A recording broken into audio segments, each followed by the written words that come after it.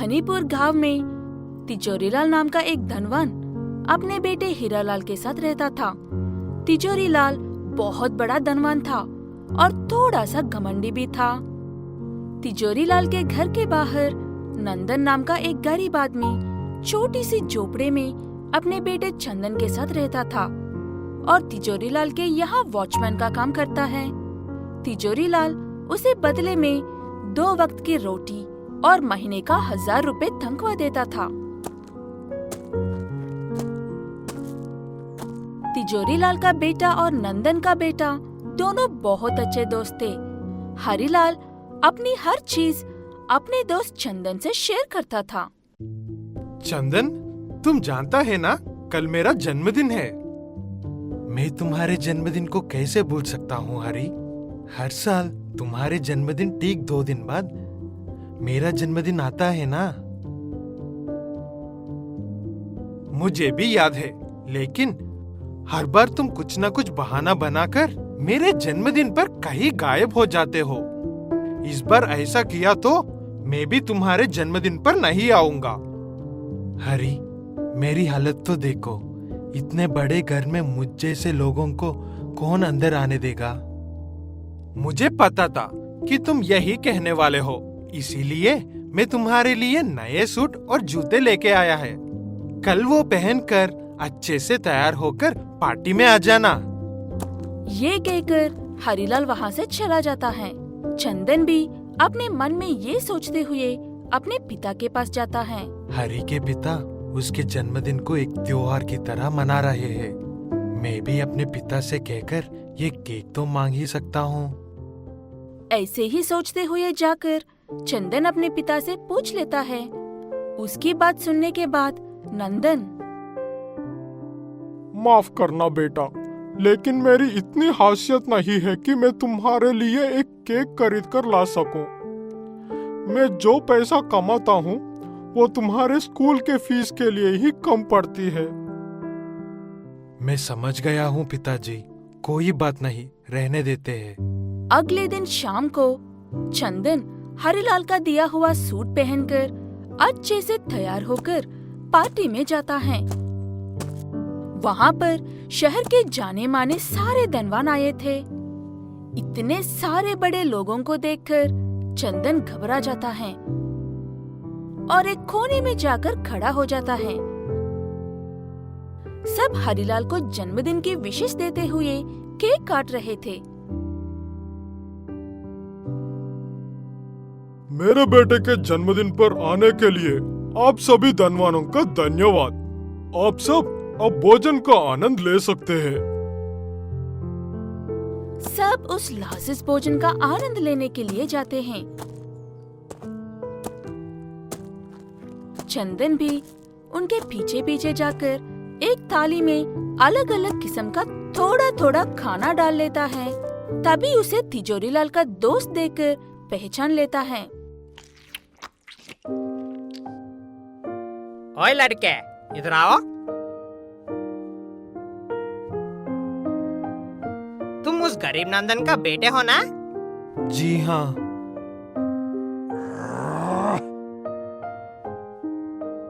ओए तिजोरीलाल, क्या है? ऐसे भिखारियों को हमारे दावत में बुलाकर हमारा अपमान करना चाहते हो?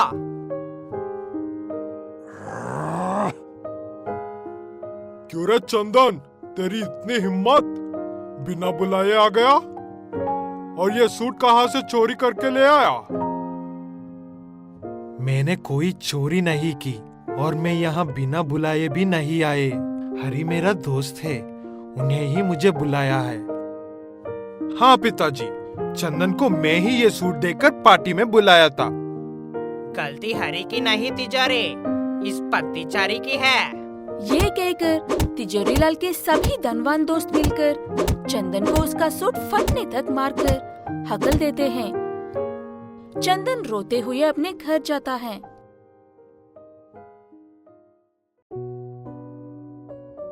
क्या बात है बेटा, क्यों रो रहे हो? पिताजी से कहूँगा तो पता नहीं वो क्या करेंगे।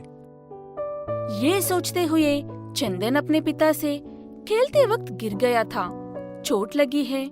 कहकर झूठ बोलता है। अगले दिन सुबह चंदन रोज की तरह चलकर स्कूल जा रहा था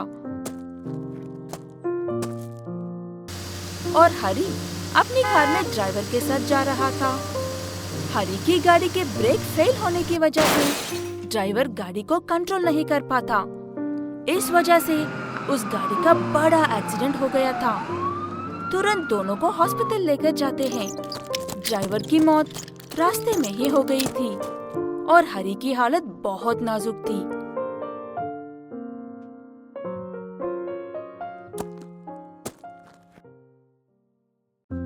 आपके बेटे का बहुत ज्यादा खून भीग गया है, उसे खून की सख्त जरूरत है। आप पैसों की चिंता मत करो, जितना खून चाहिए उतना चढ़ाओ।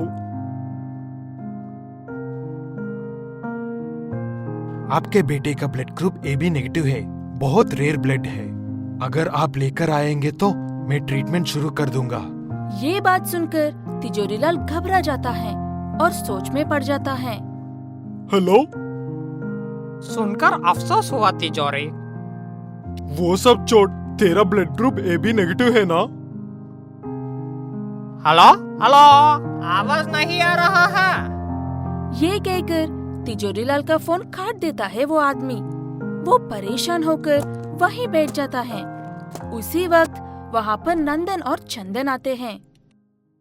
तिजोरीलाल बेटे के दुख में अमीर गरीब का भेदभाव किए बिना सब बता देता है।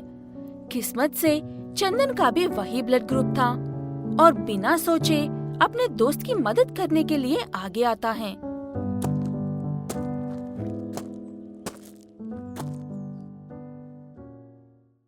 अगले दिन शाम को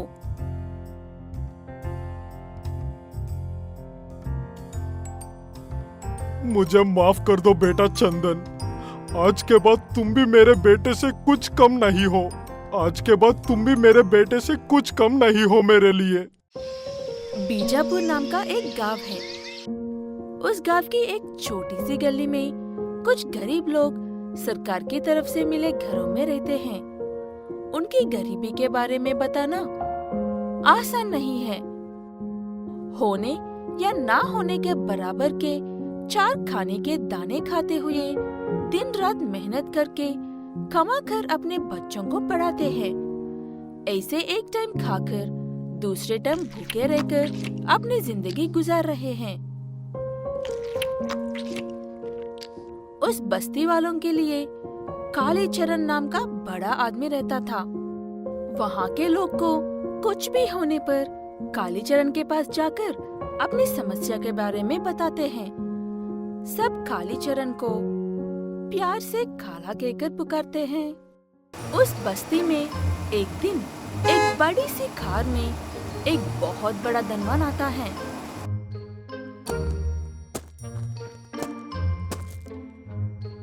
नमस्कार भाई साहब, मेरा नाम सुंदर है। मैं इस बस्ती वाले भाइयों से बात करना चाहता हूँ।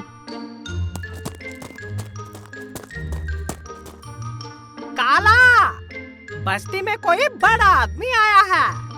बस्ती वाले भाइयों से कुछ बात करना चाहता है। आप एक बार यहाँ आकर उनसे बात कीजिए। मैं आ रहा हूँ वीर, चलो। ये कहकर काला उस बड़े आदमी से मिलने के लिए चल पड़ता है। नमस्कार, मेरा नाम सुंदर है। सब लोग आपके पीछे हैं। इसका मतलब आप ही इन सब का मार्गदर्शक लग रहे हो। ये उनका बड़ापन है।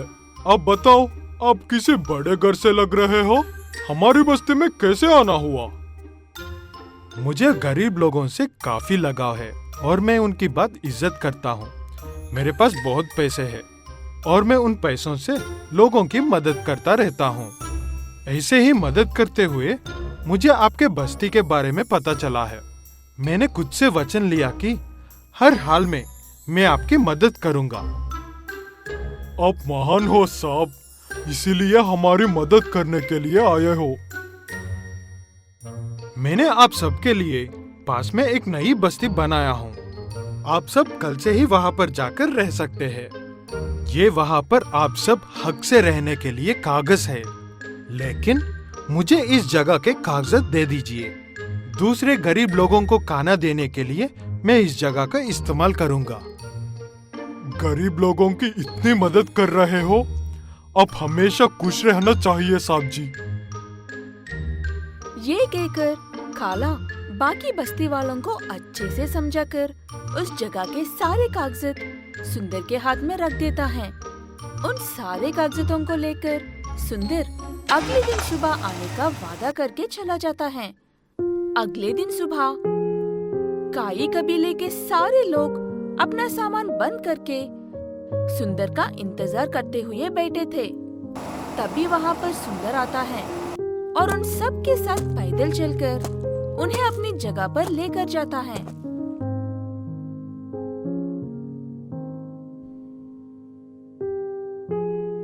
नई बस्ती और कितनी दूर है साहब? ऐसे अचानक से यहाँ क्यों रुक गए हो?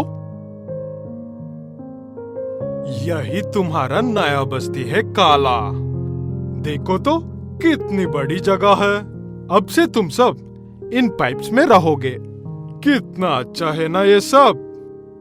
धोखा, आप पर भरोसा करके इतने दूर आने पर हमारे साथ इतना बड़ा धोखा कैसे कर सकते हो साहब जी? आप इतनी गंदी जगह में कैसे रह सकते हैं?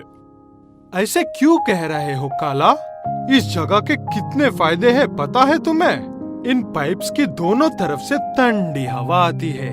ज्यादा ठंड होने पर दोनों तरफ एक कपड़े बांधने पर काम बन जाएगा और तुम्हारे बच्चे इस पर चढ़कर खेल भी सकते हैं।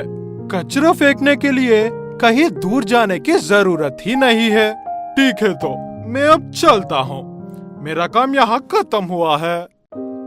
ये कहकर सुंदर काई वालों को उस कचरे के ढेर में छोड़कर वहाँ से चला जाता है। उनके साथ कितना बड़ा धोखा हुआ है ये समझ में आने पर सब अपने सर पकड़कर बैठ जाते हैं। उनके पास कोई और रास्ता नहीं था, इसीलिए वो उन्हीं पाइप्स को अपना घर बनाकर उसी में खाना बनाकर उसी खाकर उसी में सोते भी हैं। बेचारे अब उसी में रह रहे हैं।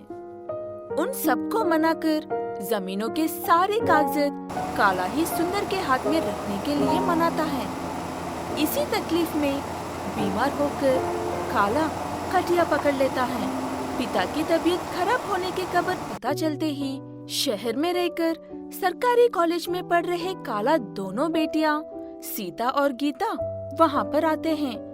वहाँ आने के बाद जो कुछ भी हुआ है वो सब जान लेते हैं। दोनों बहनें बचपन से ही बहुत मेहनत से पढ़कर हमेशा अच्छे अंक लाते हैं। उनकी अंक देखकर उन्हें बहुत ही बड़े कॉलेज में फ्री सीट्स मिलती हैं। दोनों ही पढ़ी लिखी और होशियार लड़कियां हैं, इसीलिए उस सुंदर को अच्छा सबक सिखाने का फैसला लेते हैं। दीदी, क्या करना है पता है ना? उसे जरा सा भी शक नहीं होना चाहिए। सीता हिम्मत करके सुंदर के घर जाती है। कौन हो तुम लोग? क्या चाहिए तुम्हें? आप मिस्टर सुंदर है ना? हाँ, मुझसे क्या काम है आपको? हेलो मिस्टर सुंदर, वो कई कबीले की दोनों गलियों की जमीन आपकी ही है ना? ये बात जानने के बाद ही मैं आपके पास आई हूँ। मैं गोल्ड माइनिंग करती हूँ। हमारे एक्सपर्ट्स के मुताबिक आपकी जमीन में ढेर सारा सोना मौजूद है। सच में? अरे चा, वो जमीन बेकार है, कचरे का ढेर है। ये सोचकर मैं कुछ दिन पहले ही मेरे जमीन को कुछ बेकारियों को दे दी है। ओह, ऐसी बात है तो वो भिखारी बहुत जल्द करोड़पति बनने वाले हैं। वो कुछ ही समय अंबानी के लेवल का बन जाएंगे। नहीं नहीं, मैं कैसे भी करके वो जमीन उनसे वापस ले लूंगा। आप बस ये बताइए आगे क्या करना है। सरकार की इजाजत के बिना सोने को निकलने के लिए बहुत सारी मशीन्स लगेंगी और उन मशीन्स का खर्चा भी बहुत होगा। अब बस एक 5 करोड़ ही छोटी सी रकम का इंतजाम कीजिए। बाकी मशीन्स को लेकर आने की जिम्मेदारी मेरी है। ये बात सुनने के बाद सुंदर सोच में पड़ जाता है। असल उस जगह पर सोना है भी या नहीं, ये जानने के लिए वो सीता के साथ मिलकर उसके पास जाता है। इतने में अपनी दीदी के द्वारा जानकारी हासिल करके गीता जमीन में से सोने के कंकर खोदकर निकल रही होती है। वहाँ के छोटे बच्चे उन कंकरों से खेल रहे थे। वो सब देखकर सुंदर हैरान होकर वहीं जम जाता है। उसके बाद मैडम, मैं अभी उस रकम को आपके हाथ में रख दूंगा। आप बस उन गरीबों को उस सोने के बारे में पता चलने से पहले खुदाई शुरू कर दो। ये कहकर सुंदर उसके पास जो कुछ भी है वो बेचकर 5 करोड़ लाकर सीता के हाथ में रखता है। ऐसे ही उन बस्ती वालों के पास जाकर उन सब से माफी मांगकर उन्हें उनके जमीनों के कागजात लौटाकर उन्हें उनके घरों में वापस जाने को कहता है। कल सुबह अपनी जगह पर आ जाइए सुंदर जी, काम शुरू करते हैं। ये कहकर सीता वहाँ से चली जाती है। अगले दिन सुबह सुंदर वहाँ पर आकर सीता का इंतजार करता है। कितना इंतजार करने पर भी वहाँ पर कोई नहीं आता। इंतजार करते करते सुबह से शाम होती है, फिर भी कोई नहीं आता। ऐसे इंतजार करते करते सुंदर वहाँ पर पड़े एक सोने के कंकर को उठाकर देखा तो उसका एक तरफ से पेंट निकल रहा था। उसके साथ धोखा हुआ है, ये जानने के बाद सुंदर वहीं बेहोश होकर गिर जाता है। सीता और गीता की समझदारी को सभी बस्ती वाले शाबाशी देते हैं। ऐसे ही उन 5 करोड़ रुपयों को दोनों बहनें ले जाकर अपने पिता के हाथ में रख देती हैं। काला सरकार की मदद से सभी बस्ती वालों के लिए पक्के घर बनवाता है। सभी मुश्किलें खत्म होने के बाद काला की तबीयत भी ठीक हो जाती है। सीता और गीता भी अपनी पढ़ाई पूरी करने के लिए वापस शहर जाते हैं।